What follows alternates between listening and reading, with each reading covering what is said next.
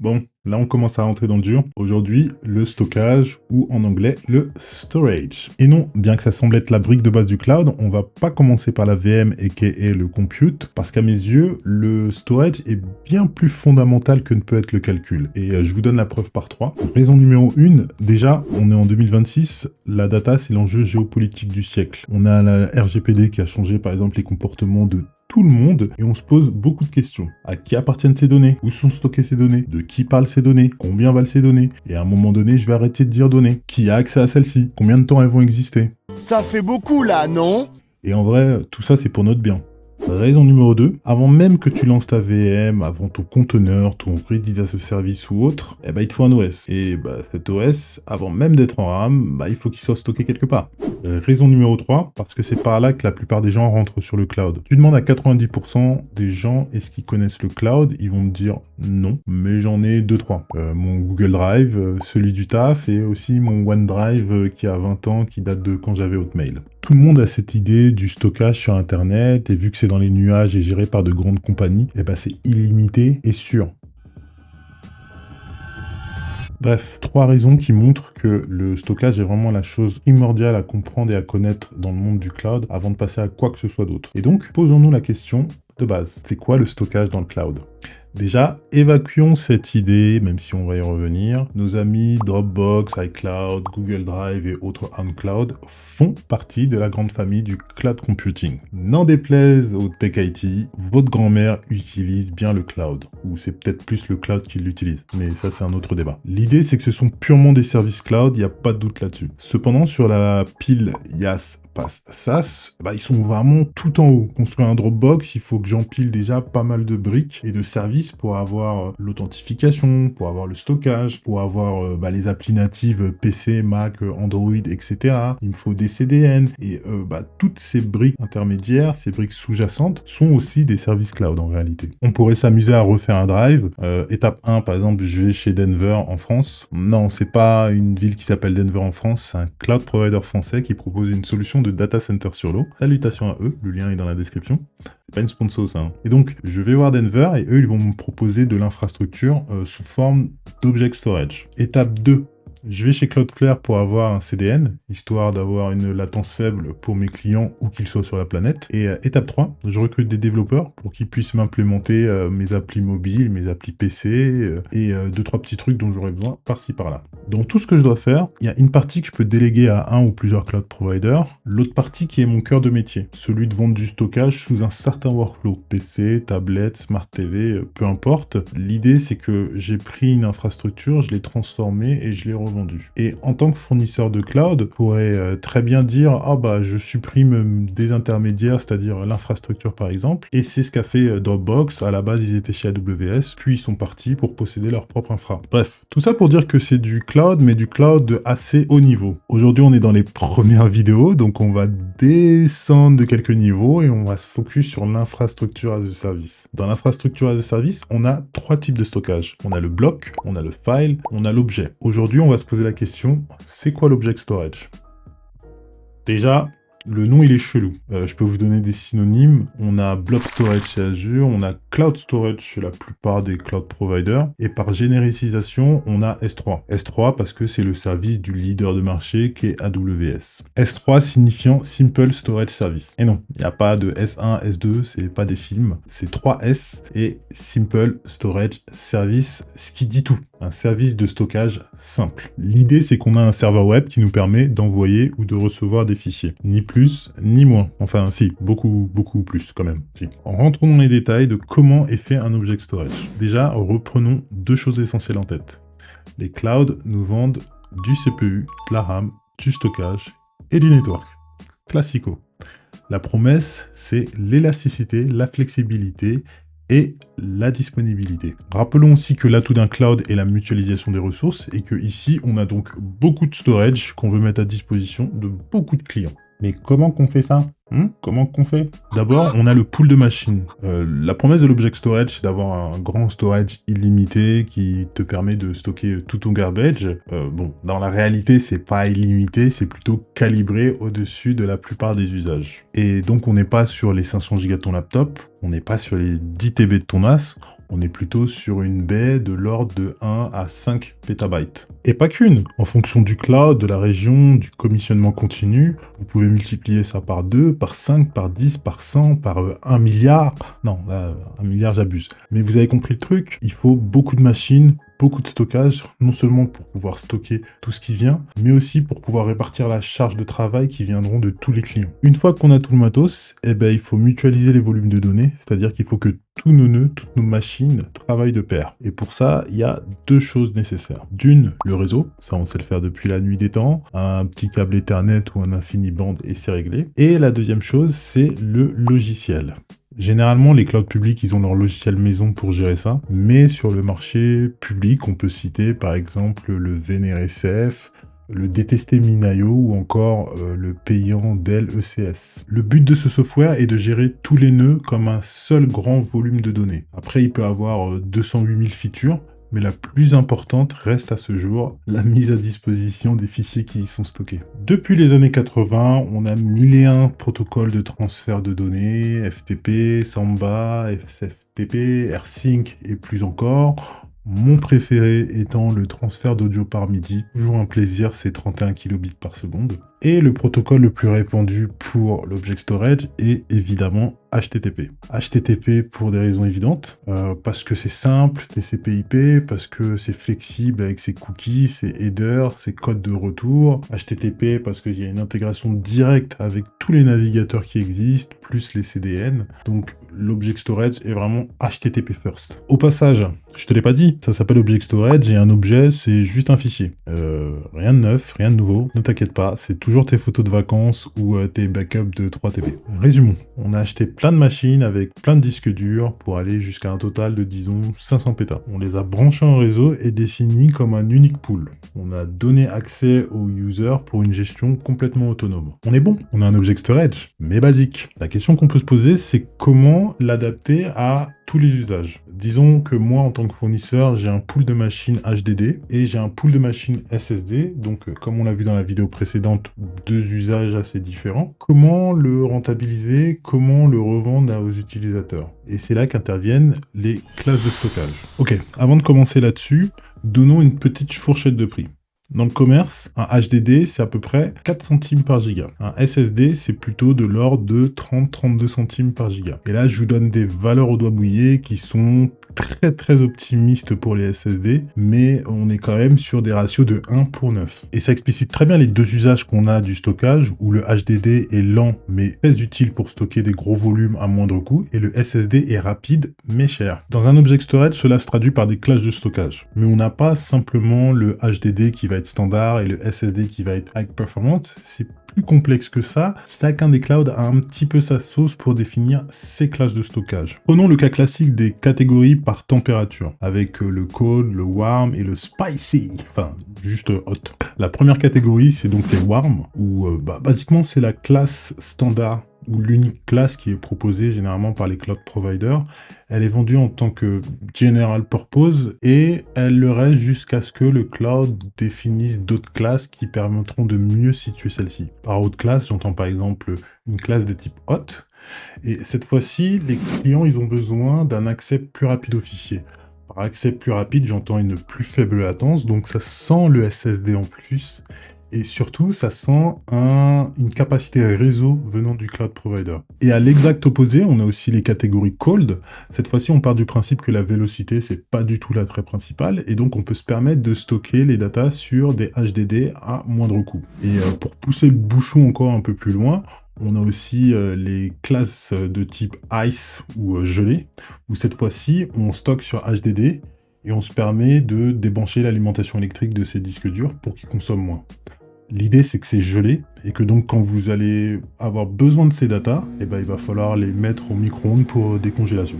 Et ça va prendre un petit peu de temps et un petit peu d'argent. Comme tu l'as compris, on pose cette idée de plus c'est chaud, plus l'accès à la data sera rapide. Mais il y a une autre caractéristique majeure pour qualifier les classes de stockage, c'est la redondance. Comme tu dois le savoir, quand tu stockes un fichier dans beaucoup d'endroits, et bien sûr dans un Object Storage, ce fichier va être copier, dupliquer plusieurs fois pour ne jamais le perdre. Donc on peut se poser la question de combien de duplicata sont faits, mais surtout se poser la question où sont mes duplicata. Le standard, c'est de faire du régional. Le régional, c'est quoi? C'est, disons, j'ai 3 data centers éloignés d'une centaine de kilomètres chacun, avec des liaisons à haute vitesse qui les font agir comme s'ils étaient locaux l'un à l'autre. Ça s'appelle des Availability Zones chez AWS. Et donc, quand je stocke un fichier dans la région de Paris, par exemple, il va être dupliqué à Boulogne, il va être dupliqué à Saint-Denis, il va être dupliqué à Paris 13, pour que, même si une Availability Zone doit être kaput, j'ai toujours 2 copies quelque part et mon activité peut continuer. Je dis Paris 13, tout ça, je sais pas où ils sont en fait les Availability Zones d'AWS. Et dans une démarche plus low cost, on a aussi le One Zone ou le local. Cette fois-ci, on a un DC où on va stocker plusieurs copies au même endroit. C'est moins cher, c'est bien, mais c'est moins sûr. Une troisième option, c'est tout le contraire, c'est la redondance mondiale. Alors, il y a des fournisseurs comme StoreJ qui vous proposent de diviser vos fichiers partout sur la planète et de les copier un petit peu partout. Et l'idée, c'est que plutôt que centraliser dans un data center, vous chardez tout partout. Et là, plus aucune chance de perdre une donnée, plus aucune chance d'avoir une indisponibilité. Voilà, j'ai donné mes repères pour comprendre les classes de stockage qui sont disponibles sur le marché. Cependant, il y a un point dont je ne t'ai pas parlé, un point très important, la facturation. Comprendre le prix d'un service d'objet passe par 3 dimensions. La première, le stockage, of course. Vous payez pour le nombre de gigas stockés sur l'object storage pendant un mois. La deuxième dimension, c'est le trafic, plus particulièrement le trafic de l'object storage en direction d'Internet. Et là, c'est moins intuitif, mais aussi vous payez pour le nombre de gigas envoyés sur le web. C'est ce qu'on appelle les coûts cachés. Et ils sont là, ils sont dans les campagnes, dans les villes. Ils sont pas vraiment cachés, mais c'est simplement parce qu'un technicien, lui, ne s'y attendrait pas, et qu'en plus de ça, ils sont difficilement estimables. Et la troisième dimension, qu'on qualifie aussi souvent de coûts cachés, c'est les requests. À chaque fois que quelqu'un fait une demande sur votre object storage, que ce soit une demande de fichier, ou un ajout, ou une suppression, ou peu importe, il y a un coût à la requête. Pas à la requête en soi, c'est plutôt par lot de 1000 ou lot de 10 000, mais chaque requête a un point et ça peut rapidement chiffrer. Donc si je résume, je paye pour ce que je stocke, ce que j'envoie et ce qu'on me demande. C'est pire que l'URSSAF le truc. J'ai mes petits outils sur ma plateforme pour récolter les datas et faire des estimations de coûts. Donc faisons-en une pour AWS à Londres. Prenons 10 Tera de stockage, rajoutons 10 Tera de trafic et 30 millions de requests. Et vous voyez comme moi que dans notre cas, le trafic représente 90% du coût mensuel. Donc dans un service de stockage, le fait de faire transiter de la data coûte plus cher que la stocker. Mais bien sûr, c'est pas si simple. Bonne nouvelle, d'un côté, on a déjà les cloud providers comme Levia en France qui ne facturent absolument pas la bande passante. Et de l'autre côté, il y a les hyperscalers qui proposent des tarifications toujours complexes. Donc si on reprend notre exemple de AWS à Londres tout à l'heure, on peut voir qu'on a une tarification en tiers. Par tiers, qu'est-ce que j'entends? Si on regarde un petit peu le stockage, ça commence à 0,5, puis ça monte à 0,23, après ça descend à 0,22. C'est des tarifs dégressifs. Plus je stocke, moins je paierai cher aux gigas stockés. Pareil pour ce qui est du trafic, ça commence à 0,9, ça continue à 0,85, ça finit à 0,7. Plus j'envoie sur le web, moins je paierai cher aux gigas envoyés. C'est des tarifs régressifs avec des tiers, chose commune dans le commerce. Mais si j'ai envie de comparer différentes offres de différents cloud providers, je vais vite voir que chaque cloud provider va proposer son prix, mais ils auront aussi différents tiers. Et du coup, il devient difficile pour le consommateur de comprendre quelle est l'offre qui correspond à ce budget. Et c'est pour ça que chez Cloud Mercato, on collecte tous les jours des datas de manière neutre et objective sur notre DB. Les spécifications, les prix, les performances, on a tout compilé et mis à disposition grâce à notre plateforme. Besoin de data pour une analyse ou une IA, il y a nos API. Besoin d'une étude neutre et indépendante pour mettre en valeur un produit? Cloud Mercato est spécialiste de ce genre d'analyse comparative, avec par exemple le marché du backup agent, l'évolution des VM AWS, ou encore pour rester dans le sujet du jour, une analyse prix-performance des object storage en Europe. Notre objectif est de permettre aux entreprises de prendre des décisions éclairées grâce à des informations fiables et accessibles via notre plateforme. Voilà, fin d'autres promotions. J'ai senti que ça t'avait froissé Thierry là, mais donc revenons-en à notre stockage. À l'instant, on parlait donc de prix, et pour résumer un petit peu tout ça, 20 € le terabyte, c'est le prix d'une classe de stockage standard. 70-75 € le terabyte est le prix du trafic sortant chez la plupart des hyperscalers. Et 40 centimes le million de requests, c'est le prix qui est pratiqué seulement par les hyperscalers, parce que c'est les seuls qui se permettent de pratiquer ce genre de choses. Vous remarquerez aussi que je fais cette distinction entre les hyperscalers et les autres. Ça s'explique par leur grille tarifaire, mais aussi par le troisième point qu'on va voir aujourd'hui, qui est les features. Parce que oui, un object storage cher, c'est souvent synonyme de beaucoup de fonctionnalités disponibles mais pas forcément utilisées, et c'est aussi un serveur HTTP. HTTP en 2026, c'est plus de 600 pages de RFC. Sans parler, parlons-en des fonctionnalités qui sont inhérentes au cloud, et c'est pour ça que j'aimerais vous faire un petit tour de 2-3 fonctionnalités. Commençons avec l'authentification et l'autorisation. Comment est-ce que tu appliques une confidentialité à tes fichiers ? Public, privé, c'est simple. Mais rentrons dans la granularité. Comment est-ce que tu autorises tes clients? Comment est-ce que tu autorises un client? Comment est-ce que tu autorises juste tes équipes à accéder à un fichier? Pour répondre à cette question, appelons Analogyman. Imaginons que ton object storage c'est une grande bibliothèque où chaque fichier est enfermé dans un casier individuel. Pour accéder à chaque fichier, il ne suffit pas juste d'avoir l'adresse de la bibliothèque. Il faut également que tu passes devant un grand videur costaud, impassible et infatigable. Son nom, IAM. Ton rôle, il est double. D'abord, il doit vérifier votre identité. Êtes-vous bien la personne que vous prétendez être? Ça, c'est l'autorisation. Ensuite, une fois qu'il sait qui vous êtes, il doit regarder dans son registre si vous avez bien accès au casier que vous voulez ouvrir, ou si vous pouvez juste voir l'étiquette. Ça, c'est l'autorisation. Maintenant, imaginons que j'ai des millions de clients. Je ne peux pas me permettre de tenir un registre avec chacun d'entre eux écrit dedans. Ce que je peux faire, c'est créer un système de tickets où chaque personne qui viendra, je lui donnerai un ticket. Et ce ticket, ce sera un jeton unique qui lui permettra d'accéder uniquement à ce casier-là. Dans le cloud, ça existe. Ça s'appelle les URL présignées. Le cloud donne une URL et grâce à cette URL qui a un petit token dedans, le client aura accès exactement à cette URL pour faire les actions que je lui aurais données, sans authentification. Il est à noter que beaucoup de cloud providers ne disposent pas d'un groupe de rap pour faire l'authentification, mais que tous proposent les URL présignées. Parce qu'on a trop vu dans le passé de fichiers qui ont été malencontreusement partagés de manière publique. Deuxième feature, l'Object Lock. Alors celle-ci, elle peut sembler que technique, mais en fait, elle est aussi indispensable pour ce qui est de la sécurité et de la conformité. Je m'explique. Lorsque cette feature est activée, elle permet d'empêcher toute modification ou suppression des fichiers durant une durée définie ou indéfinie. L'idée est de garantir l'intégrité stricte des fichiers et de la data vis-à-vis d'une erreur humaine, de scripts malveillants ou encore d'un ransomware.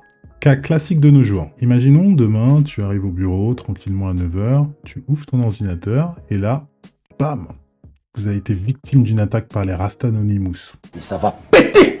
Mais tout va bien. Il y a une semaine de ça, tu parlais avec Jean Backup et il t'a dit que de toute manière, toutes vos sauvegardes sont copiées sur le cloud. Mais il avait oublié un détail, le bougre. Les Rasta Anonymous, ils ont très bien vu que vous copiez vos datas sur le cloud. Donc ils ont chiffré aussi ce cloud. La solution, l'Object Lock, tout simplement. Je définis que mes backups ne sont modifiables par personne et je donne l'autorisation à Jean CTO d'activer ou désactiver cette feature. À partir de là, personne d'externe ne pourra modifier le fichier, personne en interne non plus n'aura accès à la modification et mes fichiers seront toujours sains et saufs jusqu'à ce que Jean décide de désactiver la protection. Pratique pour sauver une boîte, non? Troisième feature, le serverless. Là, on est plus sur une feature de l'écosystème cloud que sur de l'object storage purement. Est-ce que tu sais ce que c'est qu'un hook en informatique? C'est très simple, il s'agit juste d'attribuer une action à un événement. Si on prend par exemple dans le cadre d'un DevOps qui utilise Git, on peut très bien dire lance telle action quand je push ou quand je pull. En JavaScript, c'est quelque chose d'omniprésent.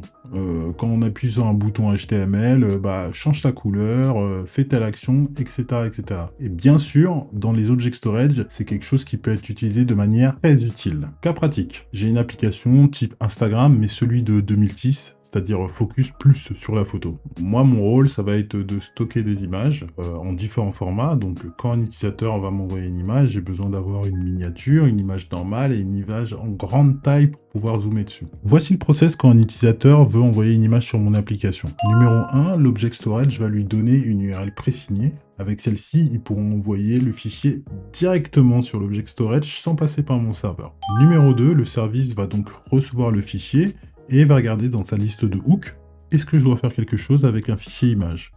En l'occurrence, oui. Donc, troisième étape, l'Object Storage, grâce à son hook, va resize le fichier en plusieurs tailles, comme on l'a demandé tout à l'heure, une miniature, une grande taille, etc., etc. Voilà, on a automatisé un process et surtout, on l'a fait sans serveur. Imaginez, vous deviez coder les 3 étapes dont on vient de parler, c'est largement faisable. La différence ici, c'est que on l'a fait en dehors de notre serveur sur des unités dédiées. Donc, on a allégé notre application et surtout on a évité de lancer des gros images magiques à côté de votre code Python. Pour donner des noms, c'est un workflow usuel chez AWS de coupler S3 avec Lambda, leur service de serverless. Et tout ça, c'est vraiment dans l'idée du sans serveur où vous pouvez combiner les services cloud pour un meilleur résultat sans avoir une VM qui orchestre le tout. Je vous donne un autre cas simple. Disons, je stocke mes backups MySQL sur Google Cloud Storage. Avec leur service BigQuery, je peux lancer des requêtes directement sur mon backup. On oublie le serveur, on oublie le dzip, on oublie l'import de DB. Le focus est sur la requête. Donc ce que je vous exprime là, c'est pas tellement des features de storage, c'est plutôt des extensions du fournisseur de cloud qui permettent de rendre plus puissants les produits quand ils interagissent entre eux. C'est un peu la même chose dans d'autres secteurs. Chez Apple, par exemple, c'est pas la technologie qui est réellement différenciante, c'est surtout l'écosystème. Avoir un iPhone, c'est bien. Avoir un iPhone plus une watch, plus un pad, plus,